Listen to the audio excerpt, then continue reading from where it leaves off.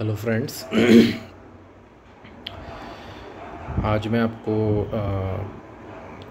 पांचजन्य शंख के बारे में कुछ बातें बताऊंगा। पता नहीं, कुछ लोग मुझे कई दिनों से मैसेज किए हैं कि मतलब वो मैसेज में से कह रहे थे कि भगवान श्री कृष्ण का जो शंख है पांचजन्य वो तो काफ़ी यूनिक है उनका। वो सिर्फ उन्हीं के पास था और उन्हीं के पास ही था, मतलब ऐसा शंख किसी के पास हो नहीं सकता। और वो तो आप कैसे दावा किए कि आपने जो दिखाया है जैसे गोमुखी शंख कहते हैं वही पांचजन्य शंख है। तो इस पे मैंने पहले ही वीडियो बना दिया था। आपने यदि मेरे वीडियोस देखे होंगे, बहुत पुराना वीडियो है, उस पर मैंने वीडियोस में एक्सप्लेन किया कि पांचजन्य की शंख की पहचान कैसे होती है। फिर भी कुछ लोगों को डाउट्स होंगे तो मैं उस डाउट्स है इसलिए मैं ये फिर से दोबारा ये वीडियो बना रहा हूँ। उन लोगों का एक लॉजिक होता है कि भगवान श्री कृष्ण का शंख तो सिर्फ यूनिक था, उन्हीं के पास था और किसी के पास हो नहीं सकता। तो मैं कहूँगा कि देखिए, ये बात बेमतलब की बात है कि उनका जो शंख था वो सिर्फ उन्हीं के पास था। अब मान लीजिए, अब भगवान श्री कृष्ण को उनका डिस्क्रिप्शन देखा होगा तो वो मुकुट पहनते थे, उस पर मुकुट पे मोर पंख भी लगा होता था। तो क्या मोर पंख अभी आज की दुनिया में नहीं मिलते क्या? और वो जो वस्त्र पहनते थे या वो अंगूठियाँ पहनते थे, क्या अंगूठियाँ आज के ज़माने में मिलती नहीं है क्या? तो ये फालतू की बात है कि पांचजन्य शंख से उन्हीं के पास था तो और किसी के पास हो नहीं सकता। ये बेतुकी बात है।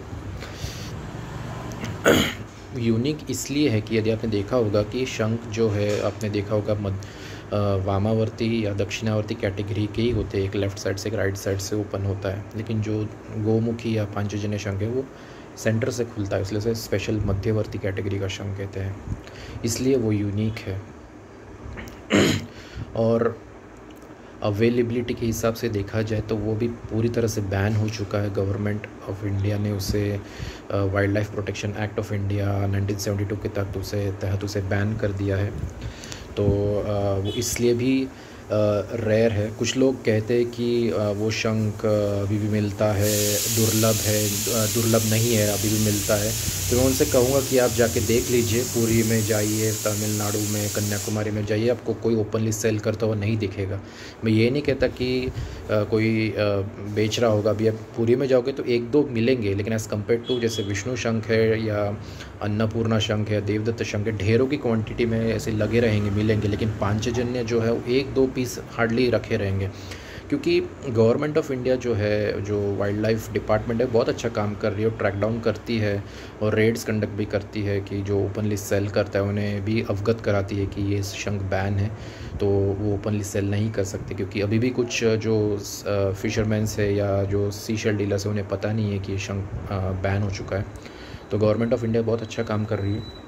तो इसकी अवेलेबिलिटी की वजह से ही मैं उसे रेयर कहता हूँ। कुछ लोगों को रेयर नहीं लगता है, मुझे तो रेयर लगता है, क्योंकि ये बहुत कम रह गए और जिसे प्रोटेक्ट करना होता है वही रेयर होती है, मेरा ऐसा मानना है। क्योंकि प्रोटेक्ट आप तब करते हो किसी चीज़ को जब वो बहुत उसकी जान पे बनाई हो या उसके एक्सटिंक्ट होने की कगार पे रह गई हो। जैसे चीता था, वो बहुत ही, जब वो ये हो गया तब भी टाइगर्स जो थे बहुत कम रह गए थे, रेयर हो गए थे, मतलब मुश्किल से उसकी साइटिंग होती थी। तो उसे गवर्नमेंट ऑफ इंडिया ने उसे प्रोटेक्ट कर लिया। तो जो गौमुखी शंख था पहले बहुत अबंडेंट क्वांटिटी में मिलते थे, लेकिन अभी नहीं मिलता है। तो उस प्रोटेक्शन के लिए अभी उसे ये कर दिया गया है। वो इजीली मिलता नहीं है, मतलब मैं ऐसा नहीं कहूँगा कि बिल्कुल ही नहीं मिलेगा, मिलेगा, लेकिन मिलेगा इन द सेंस अभी आप कोई बीच साइड जाओ पूरी में आपको एक दो मिल जाएंगे, लेकिन अबंडेंट क्वांटिटी में किसी को भी नहीं मिलता है ये। मतलब मेरा तो ऐसा मानना है कि आगे चल के एक दो जो दिखते हैं मिलेंगे आपको पूरी साइड बीच पे, वो भी आपको नहीं मिलेंगे, क्योंकि इस पे भी काफ़ी स्ट्रिक्टली अभी चेकिंग हो रही है। तो मेरा ऐसा मानना है कि अभी बहुत और दुर्लभ हो जाएगा, मिलेगा ही नहीं बिल्कुल भी। और रही बात इसकी आवाज़ की, तो मैंने कई बार अपने वीडियो में कहा है कि पांचजन्य शंख, कुछ लोगों का मानना है कि पांचजन्य शंख लाउड नहीं है। मैंने कई बार वीडियो में एक्सप्लेन करके दिखाया भी है कि कैसे लाउड है। और आप में से किसी के पास होगा, किसी को लकीली मिल गया होगा बीच साइड पे, तो वो भी भली भांति परिचित होंगे कि वो उसका साउंड कितना लाउड है। और मैं कोई भी बात ऐसी हवा में नहीं कहता हूँ। मैंने जो वीडियो बनाए हैं वो मेरे बात जो कस्टमर्स मुझसे जो शंख खरीदते हैं उन्होंने भी मेरी बात को वेरीफाई किया है। और जैसे मान लीजिए मैंने टॉप 7 शंख जो है साइज़ वाइज, उसमें हनुमान गदा शंख जो सबसे नंबर 1 पे आता है, मुझसे कई लोगों ने हनुमान गदा शंख किया और उन्होंने बात ये वेरीफाई किया भी है कि हनुमान गदा शंख बहुत लाउड बजता है। सर आपने सही कहा था, उसके वाइब्रेशंस हाथ लिटरली फील होते हैं, बहुत तेज़ बजता है, ज़ोर का बजता है ऐसा। और नॉट जस्ट हनुमान गदा, अन्नपूर्णा और सुघोष शंख भी बहुत अच्छे लाउड बजते, जो मैंने अपने टॉप 7 शंख बजट वाइज के हिसाब से बनाया था, उसमें भी उन्होंने मेरी बात को वेरीफाई किया है। तो जिनको पता नहीं होता है वो लोग ये कहते हैं कि हाँ पांचजन्य लाउड बजता नहीं है, क्योंकि वो ऐसा सोचते हैं कि उन्हें ऐसा लगता है कि हर शंख को एक तरह की से ही बजाया जाता है। मैंने अपने वीडियो में बार बार ये स्ट्रेस दिया है, एम्फसाइज़ किया है कि हर एक शंख को बजाने का टेक्निक अलग होता है। अभी मान लीजिए यदि आप विष्णु शंख में एक्सपर्ट होंगे और अब वही सेम टेक्निक आप अन्नपूर्णा या सुघोष या हनुमान गदा शंख में बजाओगे तो वो प्रॉपरली नहीं बजेगा। हर एक का टेक्निक अलग होता है, हर एक का वाइब्रेशन, उसकी पिन पॉइंट एक्यूरेसी जो है, इसकी जो लिप, अपर लिप और लोअर लिप की जो वाइब्रेशन इंटेंसिटी कम ज़्यादा होती है हर एक शंख में। और ये जो वाइब्रेशन है ये मतलब थिकनेस इसकी इतनी किसी की कम होनी चाहिए, तो वो भी डिपेंड करता है। ये वाइब्रेशन किसी की पिन पॉइंट से ही बजेगा, किसी की वाइब्रेशन थोड़ी सी मोटी रखनी पड़ती है तब जाके बजेगा। तो हर एक शंख की अलग अलग टेक्निक होती है। तो जिन लोगों को पता नहीं है वो तो ऐसी ही बेतुकी बात करेंगे कि पांचजन्य शंख लाउड नहीं बजता है। और मैंने पांचजन्य शंख के ऊपर दिखाया भी है कि उसकी जो पेट का जो डेप्थ है वो बहुत डीप है, वाइडनेस बहुत है। और ये मैं इसलिए कहता हूँ कि वो बहुत लाउड बजता है, क्योंकि जितना बड़ा शंख होता है उतना वो लाउड बजता है। तो पांचजन्य जो शंख है जिसे कैसिस कॉर्नुटा कहते हैं, उसकी मैक्सिमम अभी तक रिकॉर्डेड जो साइज़ है 15 to 16 इंच रिकॉर्डेड है। तो 15-16 इंच मतलब कितना ह्यूज हो गया, मान लीजिए बहुत तेज़ बजता होगा। लेकिन बाकी जो अभी विष्णु शंख हो गया, देवदत्त हो गया, अन्नपूर्णा, सुघोष हो गया, ये जस्ट 14 इंच तक ही जाता है। तो ये 16 इंच तक जाता है और उसका वेट बहुत भारी होता है एज़ कम्पेयर टू अदर शंख। तो इसलिए पांचजन्य जो है बहुत लाउड बजता है। और मैं यकीनन ये कहता हूँ क्योंकि मैं खुद एवरी डे शंखनाद करता हूँ मॉर्निंग और इवनिंग, और मैं लिटरली फील कर सकता हूँ, डिस्क्राइब भी कर सकता हूँ, बहुत तेज़ बजता है, बहुत दूर तक उसका साउंड ट्रैवल करता है। ऐसे ही मैं नहीं बोलता हूँ कि पांचजन्य लाउड है। तो इसीलिए, और ये भगवान श्री कृष्ण का ये यूनिकनेस, ये फीचर्स, ये साउंड क्वालिटी, इसकी अवेलेबिलिटी बहुत कम हो गई, इस वजह से दुर्लभ है और इस वजह से मैंने उसे पांचजन्य का नाम दिया है। और वो इस ज़माने में, अभी तो ये कलयुग चल रहा है, इसमें तो ऐसा मानते हैं कि अभी कलयुग है, तो 15-16 इंच इसकी मैक्सिमम इसकी ये है, क्या बोलते हैं, लेंथ, उसकी साइज़। लेकिन द्वापर युग में जब भगवान श्री कृष्ण के पास जो शंख था वो तो उस समय तो डबल साइज़ हुआ करती थी। तो मान लीजिए अभी 16 इंच का जो शंख अभी कलयुग में जो मिल रहा है, उस समय तो 30-32 इंच तक का शंख उब रहा होगा। तो ऑब्वियसली वो बहुत तगड़ा बजता होगा वो।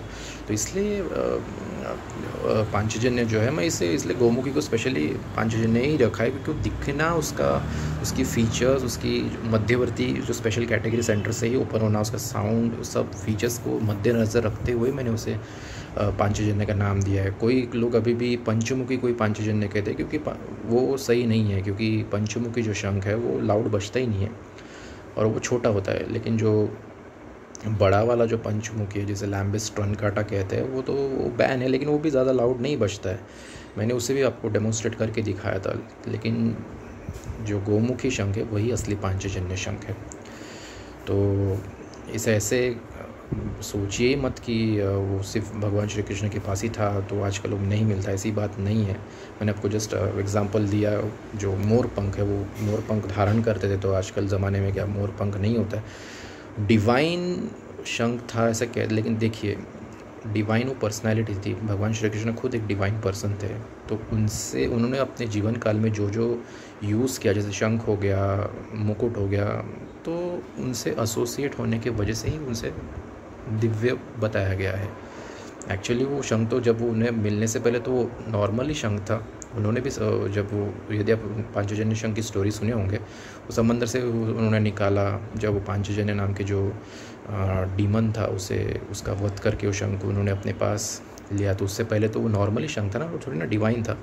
उन्होंने अपने पास रखा, उसे रखा, वो एसोसिएट हो गया वो शंख उनसे, उनकी लाइफ से। उन्होंने युद्ध घोष किया, इसलिए उसे डिवाइन कहा गया है। तो इसका मतलब ये नहीं कि किसी के पास हो ही नहीं सकता, ये फालतू का लॉजिक है। तो जस्ट यही थोड़ा सा, जो लोग सोचते हैं कि पांचजन्य जो मैंने डिस्क्राइब किया वो पांचजन्य नहीं है, मैं किसी पे फोर्स नहीं करना चाहता, मैं जस्ट अपना बिलीफ बता रहा हूँ। आपके ऊपर है मानना नहीं मानना। तो और मैंने साउंड का भी बता दिया है, मैंने बजा के खुद आपको कई बार दिखाया कि कैसा बजता है, बहुत लाउड बजता है और इंटेंस वाइब्रेशंस है उसके भी। तो इसी वजह से मैंने उसे पांचजन्य कहा है। तो यही थे कुछ फैक्ट्स जो मुझे लगा कि आपसे शेयर करना चाहिए। तो ऐसे ही मैं अलग अलग शंखों से रिलेटेड टॉपिक्स पे बात करते रहूँगा और स्पिरिचुअल टॉपिक्स भी मैं कवर करते रहूँगा। सो मिलते हैं अगले वीडियो में एक नए टॉपिक के साथ। Thank you so much and जय श्री कृष्णा।